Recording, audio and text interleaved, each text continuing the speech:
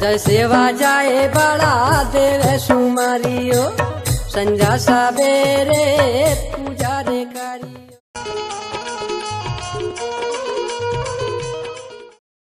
सभी सगाजनों को मेरी ओर से सेवा सेवा सेवा जोहार।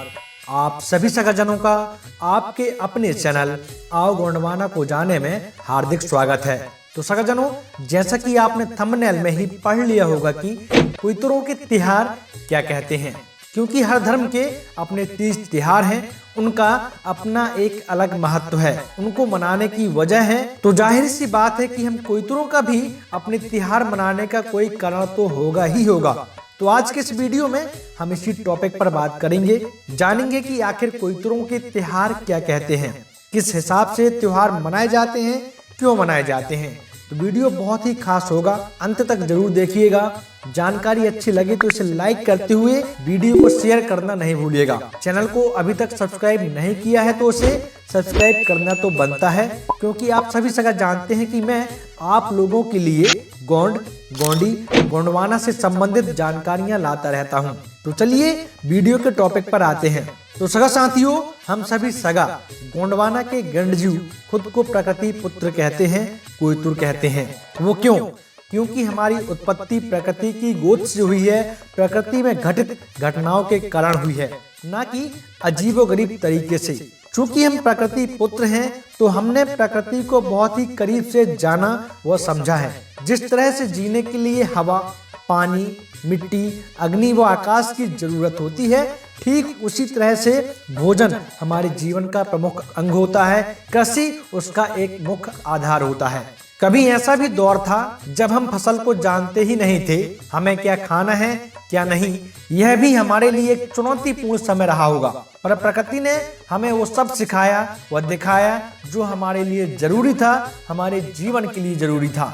हमने प्रकृति से सामंजस्य बनाकर एक अलग युग की शुरुआत की और धीरे धीरे सीखते हुए फसल उगाने तक का सफर तय किया।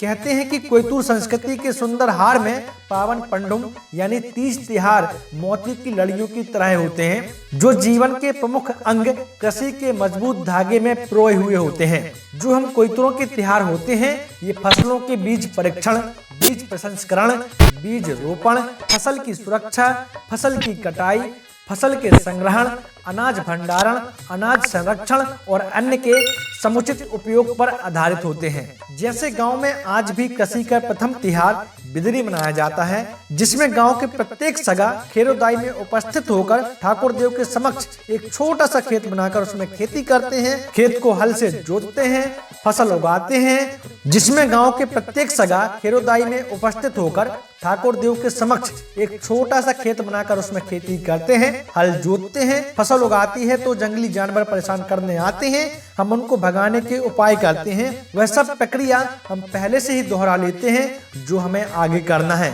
यानी खेती करने से पूर्व भी हम वो सब कुछ कर लेते हैं जो हमारी खेती के लिए आवश्यक है और वाकई में हमें क्या करना है। आज भी गांव में परंपरा है कि जब तक बिदरी नहीं होती गांव में कृषि कार्य नहीं किया जाता है। इसी तरह खेती होने के उपरांत जब नया अनाज आता है तो नवाखाई मनाते हैं, अपने पैन पुरखाओं व अपनी पैन शक्तियों को नया अनाज समर्पित करते हैं।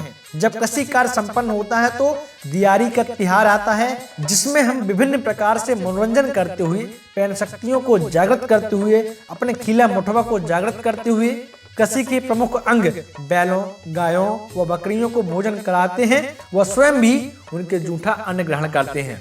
इस तरह से हम कोइतुरों के त्योहार फसल पर समर्पित होते हैं, फसल के जो अंग होते हैं उन पर समर्पित होते हैं। तो आशा करता हूं सगाजनों कि आपको अब यह समझ में आ गया होगा कि हम लोगों के त्योहार किस लिए मनाए जाते हैं, क्यों मनाए जाते हैं, क्या उसके कारण हैं। आशा करता हूं कि वीडियो की यह जानकारी आपको पसंद आएगी। मिलते हैं फिर अगले वीडियो में एक नई जानकारी के साथ। तब तक के लिए आप सभी को मेरी ओर से सेवा जोहार।